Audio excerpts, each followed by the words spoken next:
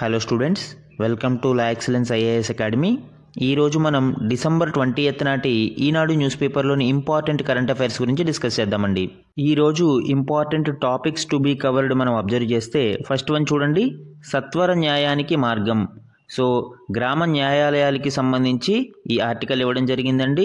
గ్రామ న్యాయాలయాల ఏర్పాటు అనేది ఏ విధంగా రాష్ట్ర ప్రభుత్వాలు నిర్లక్ష్యం చేస్తున్నాయి అనేది ఇందులో మెన్షన్ చేశారు. సో ఇది మనకి పాలిటీలో ఇంపార్టెంట్. సెకండ్ వన్, జాతి భద్రతకు పెను సవాళ్ళు. సో చైనా, అరుణాచల్ ప్రదేశ్ మరియు డోక్లాం లాంటి ప్రాంతాలలో ఏ విధంగా ఆర్టిఫిషియల్ గ్రామాలను ఏర్పాటు చేసి భూభాగాల్ని క్లెయిమ్ చేస్తుంది అనేది మనకి ఇక్కడ మెన్షన్ చేయడం జరిగింది ఈ ఆర్టికల్లో. ఇది ఇంటర్నేషనల్ రిలేషన్స్ మరియు బార్డర్ సెక్యూరిటీ టాపిక్స్లో ఇంపార్టెంట్. థర్డ్ వన్, మణిపూర్లో మళ్ళీ రక్షిత ప్రాంత అనుమతి ఆంక్షల అమలు. సో మనకి ప్రొటెక్టెడ్ ఏరియా రెజిమ్ అనే ఒక కాన్సెప్ట్ ఉండేది. 2011లో దానిని సడలించడం జరిగింది. రీసెంట్ పరిణామాల దృష్ట్యా మళ్ళీ ఈ రెజిమ్ని అనుమతిని తీసుకోవాల్సిన అవసరం కేంద్ర ప్రభుత్వం అమలు చేస్తుంది. ఇది మనకి ఇంటర్నల్ సెక్యూరిటీలో ఇంపార్టెంట్. అండ్ ఫోర్త్ వన్, ధన్కడ్పై అభిశంసన తీర్మానం తిరస్కరణ.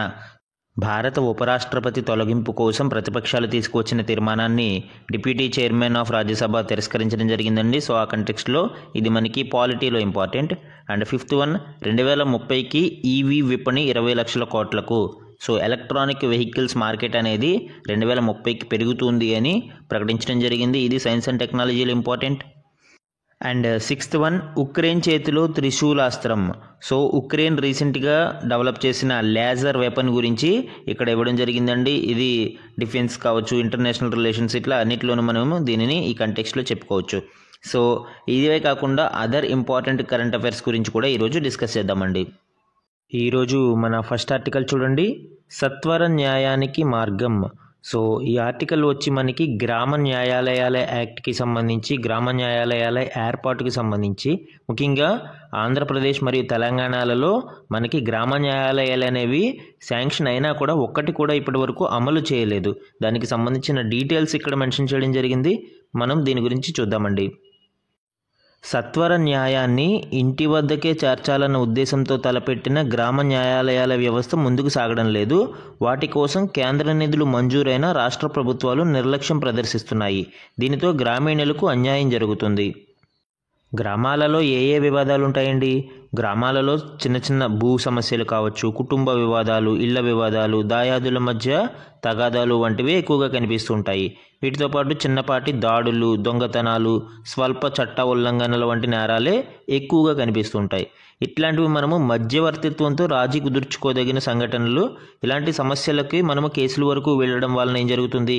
అటు న్యాయ వ్యవస్థ మీద కేసుల భారం పెరుగుతూ ఉంటుంది, ఇటు వీళ్ళందరూ ఆర్థికంగా కూడా ఈ కోర్టుల చుట్టూ, కేసుల చుట్టూ తిరుగుతూ చితికిపోతూ ఉంటారు. సో దీనివలన విలువైన సమయాన్ని కోల్పోవడమే కాకుండా మానసికంగా కూడా కుంగిపోతూ అనారోగ్యానికి లోనవుతున్నారు. ఇలాంటి పరిస్థితులలో ఆర్థికంగా వెనుకబడిన వారికి గ్రామ న్యాయాలయాలు అనేవి కొండంత అండగా నిలుస్తున్నాయి. వీటి యొక్క బ్యాక్గ్రౌండ్ డీటెయిల్స్ మనం అబ్జర్వ్ చేస్తే, లా కమిషన్ సిఫారసుల మేరకు 2009లో గాంధీ జయంతి సందర్భంగా గ్రామ న్యాయస్థానాల వ్యవస్థకు కేంద్ర ప్రభుత్వం శ్రీకారం చుట్టింది. వీటిని గ్రామ న్యాయాలయాల యాక్ట్ 2008 ప్రకారం ఏర్పాటు చేశారండి. దీని ప్రకారం every panchayat at intermediate level in a district except, దీనికి కొన్ని ఎగ్జంప్షన్స్ కూడా ఇవ్వడం జరిగింది, like Nagaland, Arunachal Pradesh, Sikkim and other tribal areas specified in the act. So పంచాయతీస్లో ఇంటర్మీడియట్ లెవెల్లో దీనిని ఏర్పాటు చేయాలి. అయితే కొన్ని ఎగ్జంప్షన్స్ను కూడా ఇక్కడ మెన్షన్ చేయడం జరిగింది. ఈ గ్రామ న్యాయాలయాలకి సంబంధించి న్యాయాధికారి అనే ఒక అధికారి ఉంటారండి, ప్రిసైడింగ్ ఆఫీసర్ ఆఫ్ గ్రామ న్యాయాలయాస్. సో ఇతనిని ఎవరు అపాయింట్ చేస్తారు అనేది కూడా మనకి ఇక్కడ important. Appointed by the state government. So రాష్ట్ర ప్రభుత్వాలు ఈ న్యాయాధికారిని అపాయింట్ చేస్తాయి in consultation with the high court. So ఆ రాష్ట్రం యొక్క హైకోర్టుని కన్సల్ట్ చేసి రాష్ట్ర ప్రభుత్వాలు ఈ న్యాయాధికారిని నియమించడం జరుగుతుంది. అండ్ ఇతనికి క్వాలిఫికేషన్స్ ఇక్కడ చూడండి, he must be eligible to be appointed as judicial magistrate of the first class. అతను judicial magistrate of the first class judicial magistrate అయ్యే అర్హతల్ని కలిగి ఉన్న వ్యక్తినే ఈ గ్రామ న్యాయాలయాలకి న్యాయాధికారిగా నియమిస్తారు. యాక్చువల్గా ఈ గ్రామ న్యాయాలయాలకి సంబంధించి మనము నిన్నటి క్లాస్లో చూసాము, బట్ ఇంకొంచెం డీటెయిల్డ్గా ఈరోజు లీడ్ ఆర్టికల్లో మెన్షన్ చేసి ఉంది కాబట్టి డీటెయిల్డ్గా చూద్దామండి. సో హౌ డస్ గ్రామ న్యాయాలయాస్ ఫంక్షన్ అనేది ఇక్కడ అబ్జర్వ్ చేస్తే మనము promotes settlement through conciliation between the parties. ఈ రెండు పార్టీలు ఎవరైతే అగ్రీవ్డ్ పార్టీస్ ఉన్నారో, గొడవలు పడుతూ ఉన్నారో వాళ్ళ మధ్య సయోధ్య కుదర్చడం ఈ గ్రామ న్యాయాలయాల యొక్క ముఖ్య ఉద్దేశం. సమ్మరీ ప్రొసీజర్ ఇన్ క్రిమినల్ ట్రయల్స్లో కొంత విచారణ కూడా జరుగుతుంది. బట్ ఇక్కడ గుర్తుపెట్టుకోవాల్సింది ఏంటి అంటే ప్రిన్సిపల్స్ ఆఫ్ న్యాచురల్ జస్టిస్ మీద ఇది ఆధారపడి ఉంటుంది, not bound by the rules of evidence. ఇది సహజ న్యాయ సూత్రాల మీద ఆధారపడి ఉంటుంది, ఎవిడెన్సెస్ అంటే సాక్ష్యాధారాల మీద కాదు. And an appeal in criminal cases lies to the court of session. అంటే ఇవి ఏమైనా అపీల్ చేసుకోవాలని అనుకుంటే, ఎవరైనా ఈ జడ్జిమెంట్ మీద అపీల్ చేసుకోవాలని అనుకుంటే క్రిమినల్ కేసెస్ అయితే సెషన్ కోర్ట్స్కి వెళ్ళొచ్చు, అండ్ సివిల్ కేసెస్ అయితే డిస్ట్రిక్ట్ కోర్టులకి వెళ్తారు. సో ఇంకొక ఇంపార్టెంట్ పాయింట్ ఏంటి అంటే ఈ అపీల్స్ అనేవి 6 months లోపు డిస్పోజ్ చేయాలి. సో ఇది మనకి గ్రామ న్యాయాలయాల యొక్క పనితీరు ఏ విధంగా ఉంటుంది అనేది. అయితే ఈ గ్రామ న్యాయాలయాల వలన ఇన్ని ఉపయోగాలు ఉన్నా కానీ కొన్ని రాష్ట్ర ప్రభుత్వాలు ఇప్పటికీ వీటి ఏర్పాటులో జాప్యం చూపిస్తూ ఉన్నాయండి. ముఖ్యంగా మనము దేశవ్యాప్తంగా తొలుత 5,000 గ్రామ న్యాయాలయాలను నెలకొల్పాలని కేంద్రం సంకల్పించింది. అయితే ఇప్పటి వరకు కేవలం వివిధ రాష్ట్రాలలో 488 గ్రామ న్యాయాలయాలను నోటిఫై చేయగా వాటిలో 313 మాత్రమే ప్రారంభమయ్యాయి. అంటే మనం టార్గెట్ 5,000 గ్రామ న్యాయాలయాలు పెట్టుకుంటే ప్రస్తుతం కేవలం 313 మాత్రమే వర్క్ చేస్తున్నాయండి. సో ఎంత పర్సంటేజ్ అనేది చూస్తే చాలా మినిమల్గా మనం ఇక్కడ అబ్జర్వ్ చేయవచ్చు. రాష్ట్రాల వారీగా మనం ఇక్కడ గణాంకాలని పరిశీలిస్తే మధ్యప్రదేశ్ నోటిఫై చేసిన మొత్తం 89 న్యాయాలయాలను ప్రారంభించి మొదటి స్థానంలో నిలిచింది. అలానే కేరళ 30, రాజస్థాన్ 45 రాష్ట్రాలు కూడా 100% గ్రామ న్యాయాలయాలను నెలకొల్పాయి. ఉత్తరప్రదేశ్ 113కి 93, మహారాష్ట్రలో 39కి 26, ఒడిశాలో 31కి 21 గ్రామ న్యాయాలయాలు కొలువు తీరాయి. అయితే తెలుగు రాష్ట్రాలు సహా మరికొన్ని రాష్ట్రాలు వీటికి దూరంగా ఉన్నాయి. తెలంగాణలో 55, ఆంధ్రప్రదేశ్లో 42 గ్రామ న్యాయాలయాలు ఏర్పాటు చేయాల్సి ఉండగా ఇప్పటికీ ఒక్కటి కూడా స్టార్ట్ అవ్వలేదు మనకి. ఈ గ్రామ న్యాయాలయాల ఏర్పాటు, వాటిలోని మౌలిక సదుపాయాల కల్పన, నిర్వహణ కొరకు 3 ఏళ్ల పాటు కేంద్రమే రాష్ట్రాలకు నిధులనిస్తుంది. దీనికోసం 484 గ్రామ న్యాయాలయాల కోసం కేంద్రం ఇప్పటికే 83.40 కోట్లను మంజూరు చేసింది. వీటిలో తెలంగాణకు 6 కోట్లు, 6.93 కోట్లు, ఆంధ్రప్రదేశ్కు 4.36 కోట్లు కేటాయించింది. అయినా కేంద్రం నిధులు ఇచ్చినా కూడా రాష్ట్ర ప్రభుత్వాలు వీటిని ఇంకా ఏర్పాటు చేయకపోవడం దురదృష్టకరంగా మనం చెప్పుకోవచ్చండి. And on the other side మనం ఇక్కడ అబ్జర్వ్ చేస్తే ప్రతి ఏటా రోజుకి నేరాలు అనేవి పెరిగిపోతూ ఉన్నాయి. ఇక్కడ గణాంకాలని పరిశీలిస్తే దేశవ్యాప్తంగా 2012లో 60.41 లక్షల కేసులు నమోదైతే 2022లో అవి 93.86 లక్షలకు ఎగబాకాయి. అంటే 10 ఏళ్లలో 55% నేరాలు పెరిగాయి. దీంతో కేసుల విచారణలో అంతులేని జాప్యం జరుగుతుందండి. ముఖ్యంగా దేశ న్యాయాలయాలలో అంటే మెయిన్ మనకి కోర్ట్స్ ఏవైతే ఉన్నాయో ఈ జ్యుడిషియల్ సిస్టంలో మొత్తం అన్నీ కలిపి 5 కోట్లకు పైగా కేసులు పెండింగ్లో ఉన్నాయి. అంటే మనకి ఈ జ్యుడిషియల్ పెండెన్సీ ఎంతవరకు పెరిగిపోతుందో చూసుకోవచ్చు. సో ఈ గ్రామ న్యాయాలయాలని ఏర్పాటు చేయడం ద్వారా ఇలాంటి పెట్టి కేసెస్ అన్నీ కూడా విలేజ్ లెవెల్లోనే పరిష్కారం అయిపోతే కోర్టుల మీద ఈ బర్డెన్ అనేది తగ్గుతుంది. అటు జ్యుడిషియల్ పెండెన్సీ అనేది కూడా కొంతవరకు తగ్గించగలుగుతాము. సో ఈ విధంగా విలేజ్ లెవెల్లోనే మనము శాసన, కార్యనిర్వాహక మరియు న్యాయ వ్యవస్థల్ని ఏర్పాటు చేయడం ద్వారా గాంధీ గారు కలలు కన్నా సెల్ఫ్ సఫిషియెంట్ విలేజెస్ అనే కాన్సెప్ట్ని మనము అభివృద్ధి చేయడానికి కూడా దోహదపడతామండి. మన నెక్స్ట్ ఆర్టికల్ చూడండి, జాతి భద్రతకు పెను సవాలు. సో చైనా ఏ విధంగా 1/1 ఇంచ్ అనేది ఎంక్రోచ్ చేసుకుంటూ భారతదేశంలోని ప్రాంతాలని ఆక్యుపై చేస్తుంది అని ఇక్కడ మెన్షన్ చేయడం జరిగింది. ముఖ్యంగా ఆర్టిఫిషియల్ విలేజెస్ని భారత సరిహద్దుల వెంబడి నిర్మించి ఆ భూభాగాలను తమవే అంటూ క్లెయిమ్ చేసుకోవడం చైనాకి పరిపాటిగా మారిందండి. ముఖ్యంగా ఈశాన్య రాష్ట్రాల చుట్టుపక్కల సరిహద్దులలో డోక్లాం కావచ్చు, గాల్వాన్ వ్యాలీ కావచ్చు అండ్ అరుణాచల్ ప్రదేశ్లోని కొన్ని ప్రాంతాలలో ఈ ఆర్టిఫిషియల్ విలేజెస్ని చైనా నిర్మిస్తూ ఉందండి. ముఖ్యంగా మనం ఇక్కడ అబ్జర్వ్ చేస్తే 4.5 కిలోమీటర్ల మేర అరుణాచల్ ప్రదేశ్ లోపలికి చొచ్చుకు వచ్చిన చైనా అక్కడ ఒక గ్రామాన్ని ఏర్పాటు చేసినట్లు గతంలోనే వెలుగు చూసింది. ఆ క్రమంలోనే అది గడిచిన కొన్నేళ్లలో డోక్లాంకి సమీపంలో 22 గ్రామాలను నిర్మించింది. దీని ద్వారా భౌగోళికంగా వ్యూహాత్మకమైన 825 చదరపు కిలోమీటర్ల భూటాన్ భూభాగంలో బీజింగ్ ఆక్యుపై చేయగలిగిందండి. ఇప్పుడు ఇది భారత భద్రతకు సవాలుగా మారుతుంది. ఇటీవల భారత్ మరియు చైనా మధ్య జరిగిన చర్చలలో భాగంగా వాస్తవాధీన రేఖ వెంబడి సమస్యలను, ఉద్రిక్తతలను తగ్గించుకుని శాంతియుతంగా పరిష్కరించుకుందామని బోత్ చైనా మరియు భారత్ వెల్లడించడం జరిగింది. అయితే ఇప్పుడు దానికి భిన్నంగా సుమారు ఈ వాస్తవాధీన రేఖ వెంబడి 3488 కిలోమీటర్లు ఉంటుంది. దీని పొడవున సుమారు 1.2 lakh సైనికుల్ని మరియు ట్యాంకులు, క్షిపణుల్ని అండ్ భారీ ఆయుధ సామాగ్రిని బీజింగ్ మోహరించింది. అంటే చైనా మాటలు ఎప్పటికీ విశ్వసనీయంగా ఉండవు అని మనం ఇక్కడ అబ్జర్వ్ చేయవచ్చండి. మనకి LAC line of actual control మరియు LOC లైన్ ఆఫ్ కంట్రోల్ అని రెండు ఉంటాయండి. ఇది ఇండియా మరియు చైనాకి మధ్య ఉండే విభజన రేఖ అయితే లైన్ ఆఫ్ కంట్రోల్ అనేది ఇండియా మరియు పాకిస్తాన్కి మధ్య ఉండే విభజన రేఖ. సో రెండింటికి కన్ఫ్యూజన్ అవ్వద్దు. అలానే భారతదేశాన్ని కంట్రోల్ చేయడం కోసం చైనా ఒక పాలసీని అనుసరిస్తూ ఉందండి. దానినే మనము స్ట్రింగ్ ఆఫ్ పెర్ల్ పాలసీ అని పిలుస్తాము. సో ముత్యాల దండ, స్ట్రింగ్ ఆఫ్ పెర్ల్స్ అంటే మనము ముత్యాల దండ అని చెప్పుకోవచ్చు. సో భారతదేశం చుట్టుపక్కల ఉండే దేశాలలో వాటిలో పెట్టుబడులు అవి పెట్టి వాటిని డెట్ ట్రాప్లోకి లాగి చైనా తను చెప్పే విధంగా వాటిని కంట్రోల్ చేయడానినే మనము స్ట్రింగ్ ఆఫ్ పెర్ల్స్ పాలసీ అని పిలుస్తాం.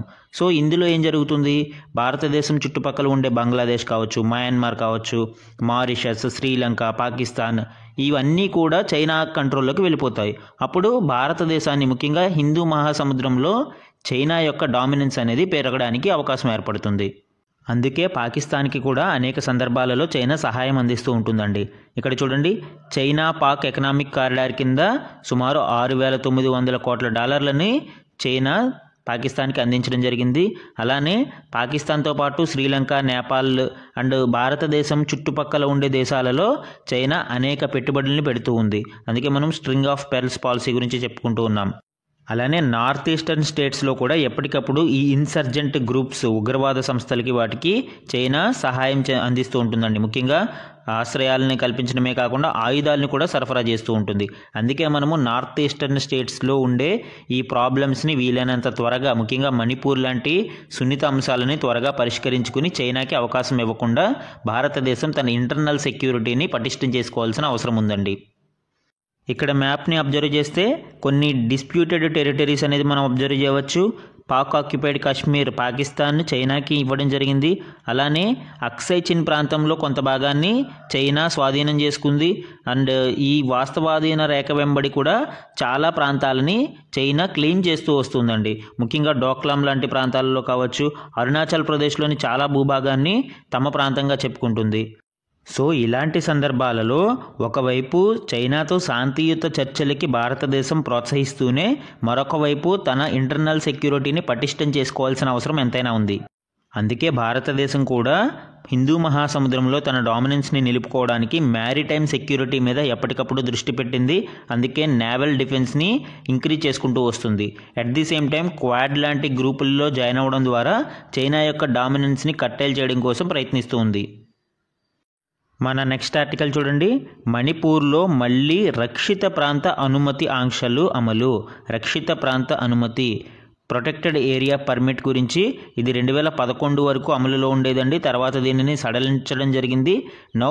ఇప్పుడు పరిస్థితుల దృష్ట్యా మళ్ళీ మణిపూర్, నాగాల్యాండ్, మిజోరంలలో తిరిగి ఈ PAP విధానాన్ని అమలు చేయడానికి కేంద్ర ప్రభుత్వం ఆదేశాలు జారీ చేసిందండి. దీని యొక్క డీటెయిల్స్ మనం అబ్జర్వ్ చేస్తే, protected area regime, it is a set of regulations established under the foreigners protected areas order 1958 which is aimed at regulating foreign visitors to areas that are considered strategically important or vulnerable to external threats, particularly in the northeastern states and other border regions of India. ఈ foreigner order 1958 ఏదైతే ఉందో విదేశీయుల రక్షిత ప్రాంతాలు order 1958 అని పిలుస్తామండి. దీని కింద ఈ విదేశీయుల యొక్క మూవ్మెంట్ని అంటే అక్కడికి వాళ్ళు వెళ్ళడానికి పర్మిషన్స్ అనేవి తీసుకోవాల్సి ఉంటుంది. దీని ద్వారా వాళ్ళని రెగ్యులేట్ చేయడానికి అవకాశం ఏర్పడుతుంది. ముఖ్యంగా నార్త్ ఈస్టర్న్ స్టేట్స్ లేదా బార్డర్ ఏరియాస్ లాంటి సున్నిత ప్రాంతాలకి ఈ రెజీమ్ని అప్లై చేస్తారు. సో దీనివలన ఎవరెవరు వస్తున్నారు, ఎంతకాలం ఉంటున్నారు అనే అంశాలు మనకి తెలుసుకోవడానికి అవకాశం ఏర్పడుతుంది. అలానే ఐఎల్పి అనే ఇంకో కాన్సెప్ట్ ఉంటుందండి, ఇన్నర్ లైన్ పర్మిట్ అని పిలుస్తాం మనము. సో ఈ ఐఎల్పి ద్వారా భారతదేశంలోని డొమెస్టిక్ టూరిస్టులు అంటే భారతీయులు ఎవరైనా ఈ కొన్ని రక్షిత ప్రాంతాలు ఐఎల్పి ప్రాంతాలు ఉంటాయి, అరుణాచల్ ప్రదేశ్ లాంటివి, మిజోరాం, నాగాలాండ్ లాంటి ప్రాంతాలు ఐఎల్పి స్టేట్స్ అంటారు. సో అలాంటి స్టేట్స్లోకి వెళ్ళడానికి ఇచ్చే ట్రావెల్ డాక్యుమెంట్ పర్మిట్నే ఐఎల్పి అని పిలుస్తామండి. సో ఐఎల్పి వేరు, పిఏపి వేరు, రెండింటికి మధ్య ఉండే స్మాల్ డిఫరెన్స్ని అబ్జర్వ్ చేయండి. మన నెక్స్ట్ ఆర్టికల్ చూడండి, ధన్కడ్పై అభిశంసన తీర్మానం తిరస్కరణ. సో భారత ఉపరాష్ట్రపతి మరియు రాజ్యసభ చైర్మన్ అయిన జగదీప్ ధన్కడ్పై అభిశంసన తీర్మానం అనేది విపక్షాలు ప్రయత్నించాయండి. అయితే ఆ తీర్మానాన్ని డిప్యూటీ చైర్మన్ తిరస్కరించడం జరిగింది. సో డిప్యూటీ చైర్మన్ హరివంశ్ దీనిని తిరస్కరించారు. అండ్ దీనికి సంబంధించిన కొన్ని ఇంపార్టెంట్ డీటెయిల్స్ మనం ఇక్కడ చూద్దాం. ధన్కడ్ను తొలగించాలని కోరుతూ 60 మంది విపక్ష సభ్యులు సంతకాలు చేసి ఈ నెల 10వ తేదీన అభిశంసన తీర్మానానికి నోటీసులు ఇచ్చారు. ఆయన పక్షపాతంగా వ్యవహరిస్తున్నారు అని, ఆయనపై నమ్మకం లేదు అని పేర్కొన్నారు. రాజ్యాంగంలోని 67B ఆర్టికల్ 67B కింద వారు ఈ నోటీసును ఇచ్చారు. అయితే తనపై ఇచ్చిన నోటీసుపై తాను నిర్ణయం తీసుకోలేనంటూ గురువారం ధన్కడ్ సభకు అధ్యక్షత వహించలేదు. దీంతో డిప్యూటీ చైర్మన్ సభకి అధ్యక్షత వహించారండి. యాక్చువల్గా ఉపరాష్ట్రపతిని తొలగించేందుకు 14 రోజుల ముందస్తు నోటీసు ఇవ్వాల్సి ఉంటుందని స్పష్టం చేశారు. ప్రస్తుతం ప్రతిపక్షాలు ఇచ్చిన నోటీసు 24వ తేదీ తర్వాతే చెల్లుతుందని పేర్కొన్నారు. అలానే రాజ్యసభ చైర్మన్ యొక్క తొలగింపు ప్రక్రియను మనం అబ్జర్వ్ చేస్తే the vice president can be removed from office by a resolution of the council of states. అంటే రాజ్యసభలో తీర్మానాన్ని ప్రవేశపెట్టడం ద్వారా అండ్ ఆ తీర్మానం passed by a majority of its members at the time and agreed to by the house of the people అంటే లోక్సభలో. So ఇక్కడ effective majority in Rajya Sabha and simple majority in Lok Sabha, ఈ 2 పాయింట్స్ గుర్తుపెట్టుకోండి. సింపుల్ మెజారిటీ అంటే ఆ రోజు సభకి హాజరైన సభ్యులలో ఎంతమంది మెజారిటీ ఉంది అనేది సింపుల్ మెజారిటీ అండి. అయితే ఎఫెక్టివ్ మెజారిటీ అంటే ఏంటి, మొత్తం సభ్యులలో ఖాళీలను తీసివేయగా మిగిలిన సభ్యుల యొక్క మెజారిటీనే మనము ఎఫెక్టివ్ మెజారిటీ అంటాము. సో ఎఫెక్టివ్ మెజారిటీ వేరు, సింపుల్ మెజారిటీ వేరు. అండ్ ఈ పాయింట్ చూడండి, ఈ రిజల్యూషన్ అనేది నోటీసు ఇచ్చిన మినిమం 14 డేస్ తర్వాత మాత్రమే ప్రాసెస్ చేయబడుతుంది. సో కాబట్టి మనకి ఇక్కడ ప్రస్తుతం 10వ తారీఖున వీళ్ళు నోటీస్ ఇచ్చారు కాబట్టి 24వ తేదీ వరకు ఇది చెల్లదు అని డిప్యూటీ చైర్మన్ దీనిని తిరస్కరించడం జరిగింది. మన నెక్స్ట్ ఆర్టికల్ చూడండి, 2030కి ఈవీ విపణి 20 లక్షల కోట్లకు. సో 2030 నాటికి ఎలక్ట్రానిక్ వెహికల్స్ మార్కెట్ అనేది 20 లక్షల కోట్లకు చేరుకుంటుంది అని కేంద్ర మంత్రి నితిన్ గడ్కరీ గారు ప్రకటించడం జరిగింది. దీంతోపాటు 5 కోట్ల ఉద్యోగాలు కూడా ఈ రంగంలో కల్పించబడతాయని ప్రకటించారు. ఇటీవల జరిగిన ఈవీ ఎక్స్పో 2024 కార్యక్రమంలో మంత్రి ఈ సమాచారాన్ని వెల్లడించడం జరిగిందండి. దానితో పాటు రవాణా రంగం నుంచే 40% వాయు కాలుష్యం నమోదవుతుందని కూడా ఆయన తెలిపారు. శిలాజ ఇంధనాల దిగుమతులు 22 లక్షల కోట్ల స్థాయికి చేరి అతిపెద్ద ఆర్థిక సవాలుగా మారాయని కూడా ఆయన తెలిపారండి. సో ఇప్పుడు ఏమవుతుంది, మనకి శిలాజ ఇంధనాల వలన అటు వాయు కాలుష్యము, భూ కాలుష్యంతో పాటు ఇటు ఆర్థిక వ్యవస్థ మీద కూడా దాని ప్రభావం కనిపిస్తూ ఉంది. 22 లక్షల కోట్ల దిగుమతి అనేది మనకి ఇక్కడ అతిపెద్ద సవాలుగా మారుతుంది. అందుకే ప్రభుత్వం హరిత ఇంధనంపై అధికంగా దృష్టి సారిస్తుంది అని, మొత్తం విద్యుత్తులో 44% సౌర విద్యుత్ ఉండేలా ప్రణాళిక సిద్ధం చేసింది అని ఆయన తెలిపారు. అలానే జల విద్యుత్తు, సౌర విద్యుత్తు, హరిత విద్యుత్తు అభివృద్ధికి అత్యంత ప్రాధాన్యత ఇస్తున్నామని ఆయన ప్రకటించారు. మన నెక్స్ట్ ఆర్టికల్ చూడండి, ఉక్రెయిన్ చేతిలో త్రిశూలాస్త్రము. సో దీనికి ట్రైజుబ్ అనే పేరు పెట్టారండి. ట్రైజుబ్ అంటే ట్రైడెంట్ లేదా త్రిశూలం అని అర్థము. అందుకే ఈ అస్త్రానికి ట్రైజుబ్ అని పేరు పెట్టారు. ఇది ఒక సరికొత్త లేజర్ ఆయుధము. అండ్ దీనికి సంబంధించిన డీటెయిల్స్ మనం అబ్జర్వ్ చేస్తే తాము అత్యాధునిక లేజర్ ఆయుధాన్ని అభివృద్ధి చేసినట్లు ఉక్రెయిన్ ప్రకటించింది. దీని పేరు ట్రైజుబ్గా పేర్కొంది. గగనతలం నుంచి దూసుకొచ్చే ముప్పును దాదాపు 2 కిలోమీటర్ల దూరంలోనే గుర్తించే సామర్థ్యం దీనికి ఉందని ప్రకటించారు. ముఖ్యంగా ఈ అస్త్రంతో తాము విమానాలను కూడా కూల్చివేయగలమని ఆయన చెప్పారు. యాక్చువల్గా ఇలాంటి వెపన్స్ని డైరెక్టెడ్ ఎనర్జీ వెపన్స్ DEWs అని పిలుస్తారండి. ఇందులో మైక్రోవేవ్స్ కానీ లేజర్స్ని కానీ ఉపయోగించి హై బీమ్స్ని ఉపయోగించి టార్గెట్స్ని డిస్ట్రాయ్ చేస్తారు. అయితే ఇండియన్ కంటెక్స్ట్లో కూడా మనం అబ్జర్వ్ చేస్తే భారతదేశం కూడా ఈ లేజర్ వెపన్స్ని పరిశీలిస్తుంది. ముఖ్యంగా దుర్గా 2 ప్రాజెక్ట్ అనేది ఇప్పుడు ఆన్గోయింగ్ జరుగుతూ ఉంది. దుర్గా 2 డైరెక్షనల్లీ అన్రిస్ట్రిక్టెడ్ రే గన్ ఎరే ప్రాజెక్ట్ అంటారు దీనిని. DRDO అభివృద్ధి చేస్తూ ఉంది. దీనిని మొత్తం మనము 100 కిలోవాట్ లైట్ వెయిట్ DEWగా దీనిని చెప్పుకోవచ్చు. సో సుమారు 100 కిలోవాట్ల ఎనర్జీతో ఈ లేజర్ వెపన్స్ని తయారు చేస్తున్నారు. అలానే స్మాలర్ వర్షన్గా 2 కిలోవాట్ DEW సిస్టమ్ ఆల్రెడీ మనకి భారత్ ఎలక్ట్రానిక్ లిమిటెడ్ తయారు చేసిందండి. అండ్ దానితోపాటు LASTEC laboratory of DRDO developing direct energy weapons called project Netra.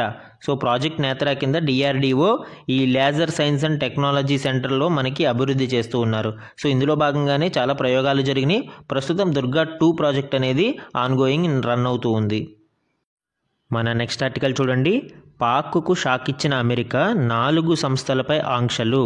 So ballistic క్షిపణి కార్యక్రమానికి సహకరిస్తున్నాయి అని ఆరోపిస్తూ పాకిస్తాన్కు చెందిన 4 కీలక సంస్థలపై అమెరికా ఆంక్షలు విధించింది. ముఖ్యంగా పాక్ దీర్ఘశ్రేణి క్షిపణి ముప్పు నానాటికి పెరుగుతున్న దృష్ట్యా సామూహిక విధ్వంసక ఆయుధాలను వాటి డెలివరీ మార్గాలను విస్తరిస్తున్న 4 సంస్థలపై ఆంక్షలు విధిస్తున్నట్లు అగ్రరాజ్య విదేశాంగ శాఖ ఓ ప్రకటనలో తెలిపింది. పాక్ ప్రభుత్వ రంగానికి చెందిన అంతరిక్ష రక్షణ ఏజెన్సీ, జాతీయ అభివృద్ధి భవనం NDCతో పాటు మరో 3 సంస్థలు Akhtar sons private limited, affiliates international, Rockside ఎంటర్ప్రైజెస్ను కూడా ఆంక్షల జాబితాలో చేర్చింది. అలానే బంగ్లాదేశ్పై కూడా ఆంక్షలు విధించమని అక్కడి అమెరికన్ కాంగ్రెస్ ప్రతినిధి విదేశాంగ శాఖను కోరడం జరిగింది. ముఖ్యంగా బంగ్లాదేశ్లోని మైనారిటీల మానవ హక్కుల ఉల్లంఘన జరుగుతున్న నేపథ్యంలో బంగ్లాదేశ్పై ఆంక్షలు విధించమని ఆయన కోరారు. మన నెక్స్ట్ ఆర్టికల్ చూడండి. 1.14% మందిలో క్యాన్సర్ అనుమానిత లక్షణాలు. సో ఆంధ్రప్రదేశ్ రాష్ట్రంలో ఇంటింటికి ఈ సర్వే జరుగుతూ ఉందండి. ఇలాగా సర్వే చేస్తున్న రాష్ట్రాల్లో దేశంలోనే తొలిసారిగా ఆంధ్రప్రదేశ్లో ఇలాంటి సర్వే జరుగుతుంది. ఈ సర్వే యొక్క డీటెయిల్స్ని మనం అబ్జర్వ్ చేస్తే క్యాన్సర్ కణాలను ప్రాథమిక దశలోనే గుర్తించేందుకు రాష్ట్ర వ్యాప్తంగా జరుగుతున్న సర్వేలో ఇప్పటి వరకు 1.14% అనుమానిత కేసులు బయటపడ్డాయి. గత నెల 14వ తేదీ నుంచి ఈ నెల 18 వరకు రాష్ట్ర వ్యాప్తంగా సుమారు 30.27 లక్షల మందిని పరీక్షించగా వారిలో 34,653 మందిలో క్యాన్సర్ అనుమానిత లక్షణాలు ఉన్నట్లు గుర్తించారు. రాష్ట్రంలో 18 ఏళ్లు దాటిన వారు 4 కోట్ల మంది ఉండగా వీరిలో మహిళలు 2 కోట్ల మంది ఉన్నారు. 18 ఏళ్లు దాటిన యువతలకు రొమ్ము క్యాన్సర్ స్వీయ పరీక్షలపై అవగాహన కూడా కల్పిస్తూ ఉన్నారు. 30 ఏళ్లు దాటిన మహిళలకు సర్వైకల్ క్యాన్సర్ నిర్ధారణ పరీక్షలు కూడా చేస్తూ ఉన్నారు. ఈ సర్వే అయిన తర్వాత అనుమానిత లక్షణాలు ఉన్న వ్యక్తులు ఎవరైతే 1.14% మంది ఉన్నారో వీళ్ళకి మలివిడత పరీక్షలలో PHC వైద్యులు అంటే ప్రైమరీ హెల్త్ కేర్ సెంటర్స్లో ఉండే వైద్యులు పరీక్షలు నిర్వహించి క్యాన్సర్ కేసులను గుర్తిస్తారు. ఆంధ్రప్రదేశ్ రాష్ట్రంలో ఈ క్యాన్సర్ బర్డెన్ అనేది చాలా ఎక్కువగా ఉందండి. రాష్ట్రంలో ఏటా 73,000 కొత్త క్యాన్సర్ కేసులు, 40,000 వరకు మరణాలు సంభవిస్తున్నాయి. సో అందుకు ఈ సర్వే అనేది నిర్వహించడం జరుగుతుంది. దేశంలో ఇలా ఇంటింటి సర్వేతో క్యాన్సర్ లక్షణాలు గుర్తిస్తున్న మొదటి రాష్ట్రం ఆంధ్రప్రదేశే కావడం గమనార్హం. ఇక్కడ గణాంకాలను పరిశీలిస్తే ఈ అనుమానిత కేసులు మొత్తం పరీక్షించిన వారి సంఖ్య 30,27,584 కాగా ఇందులో అనుమానిత కేసులలో బ్రెస్ట్ క్యాన్సర్ 10,575, ఓరల్ క్యాన్సర్ 11,722, గర్భాశయ ముఖద్వార క్యాన్సర్ 12,356, మొత్తం క్యాన్సర్ కేసులు 34,653గా ఈ అనుమానిత కేసులుగా మనం చెప్పుకోవచ్చు. ఇందులో జిల్లాల వారీగా కూడా చూస్తే సర్వైకల్ క్యాన్సర్ అనంతపురంలో ఎక్కువగా ఉంది అండి. Anantapuram, Chittoor, Eluru. And oral cancer వచ్చేటప్పటికి Thurpu Godavari, Krishna, Eluru. And breast cancer వచ్చేటప్పటికి చిత్తూరు, తిరుపతి, ఏలూరు. ఈ అనుమానిత కేసులు ఎక్కువగా ఇక్కడ మనకి కనిపిస్తూ ఉన్నాయి. మన నెక్స్ట్ ఆర్టికల్ చూడండి. యునెస్కో గుర్తింపు కోసం 5 ప్రాంతాల ఎంపిక. సో ప్రపంచ వారసత్వ స్థలాల గుర్తింపు కోసం, వరల్డ్ హెరిటేజ్ సైట్స్ గుర్తింపు కోసం తెలంగాణ రాష్ట్రంలో 5 ప్రాంతాలను ఎంపిక చేసినట్లు మంత్రి జూపల్లి కృష్ణారావు గారు వెల్లడించారు. అవి ఏంటో ఇక్కడ మనం అబ్జర్వ్ చేస్తే కుతుబ్ షాహీ సమాధులు, గోల్కొండ కోట, చార్మినార్లను 2010లోనే యునెస్కో తాత్కాలిక జాబితాలోని వరుస సంఖ్య 14లో చేర్చినట్లు వివరించారు. ఇప్పుడు వీటితో పాటు నారాయణపేట జిల్లా కృష్ణా మండలం ముడుమాల్లో నిలువురాళ్లను, నల్గొండ జిల్లా పానగల్లోని శ్రీ ఛాయా సోమేశ్వర స్వామి ఆలయాన్ని ఈ యునెస్కో వారసత్వ సంపద గుర్తింపు కోసం కేంద్రానికి ప్రతిపాదనలు పంపించామని తెలిపారు. అండ్ సమ్ ఇంపార్టెంట్ వన్ లైనర్స్ని ఇక్కడ అబ్జర్వ్ చేస్తే 2024 అక్టోబర్ 17-18 తేదీలలో 2వ అంతర్జాతీయ మిథనాల్ సెమినార్ అండ్ ఎక్స్పోను ఎక్కడ నిర్వహించారు? సో దానికి ఆన్సర్ వచ్చి న్యూఢిల్లీ. అమెరికాలోని మిథనాల్ ఇన్స్టిట్యూట్తో కలిసి నీతి ఆయోగ్ ఈ సెమినార్ను సంయుక్తంగా నిర్వహించిందండి. అండ్ నెక్స్ట్ వన్ చూడండి, ప్రాంతీయ అనుసంధానం స్కీమ్, రీజనల్ కనెక్టివిటీ స్కీమ్ మనకి ఉడాన్, ఉడే దేశ్ కా ఆమ్ నాగరిక్ కింద అభివృద్ధి చేసిన 3 కొత్త విమానాశ్రయాలను ప్రధాని మోదీ తాజాగా ప్రారంభించారు. సో ఈ ఉడాన్ స్కీమ్లో భాగంగా అభివృద్ధి చేసిన రీసెంట్ 3 ఎయిర్పోర్ట్స్ ఏంటి అంటే రేవా మధ్యప్రదేశ్, అంబికాపూర్ ఛత్తీస్గఢ్, సహరాన్పూర్ ఉత్తరప్రదేశ్. వీటిని మోడీ ప్రారంభించడం జరిగింది అండి. యాక్చువల్గా ఈ ఉడాన్ స్కీమ్ గురించి డీటెయిల్స్ మనం అబ్జర్వ్ చేస్తే ఉడాన్, ఉడే దేశ్ కా ఆమ్ నాగరిక్, ఉడే దేశ్ కా ఆమ్ నాగరిక్ అంటే ఎవరండి? సామాన్యులని ఫ్లైట్స్ ఎక్కించాలనే ఉద్దేశంతో, అంటే వాళ్ళకి విమానయానాన్ని కల్పించాలనే ఉద్దేశంతో ఈ ఉడాన్ స్కీమ్ని తీసుకురావడం జరిగిందండి. ఇందులో ఎఫర్డబుల్ ఎయిర్ ట్రావెల్ 2500 రూపాయలకే గంటకి ఎయిర్ ట్రావెల్ అనేది కల్పించడం జరుగుతుంది. అలానే connecting small towns to metro cities, దీని వలన చిన్న చిన్న పట్టణాలని మెట్రో సిటీస్కి కనెక్ట్ చేసే సదుపాయం కల్పించబడుతుంది. అలానే ఎంప్లాయ్మెంట్ ఆపర్చునిటీలు పెరుగుతాయి, ఈజ్ ఆఫ్ డూయింగ్ పెరుగుతుంది. ఈ కనెక్టివిటీ వలన ఈ ఈజ్ ఆఫ్ డూయింగ్ అనేది పెరుగుతూ ఉంది. బూస్ట్ ఇన్ ఎకానమీ ఆర్థిక వ్యవస్థ కూడా మెరుగుపడుతూ ఉంటుంది. Rise in domestic tourism, so ఈ ప్రాంతీయ టూరిజం ఫెసిలిటీస్ అనేవి పెరగడం వలన, ఈ ఎయిర్ కనెక్టివిటీ పెరగడం వలన డొమెస్టిక్ టూరిజం కూడా పెరుగుతూ ఉంటుంది. సో ఇలాగ మనకి ఈ ఉడాన్ స్కీమ్ అనేది లాంచ్ చేయబడింది. 2016లోనే దీనిని అక్టోబర్ 21న లాంచ్ చేయడం జరిగింది. దీనిలో భాగంగా మొదటి విమానాన్ని మోడీ 2017 ఏప్రిల్ 27న సిమ్లా నుంచి ఢిల్లీ విమానాన్ని ప్రారంభించారండి. ఇవి ఈరోజు ఈనాడు న్యూస్ పేపర్లోని ఇంపార్టెంట్ కరెంట్ అఫైర్స్ అండి. Thank you for watching.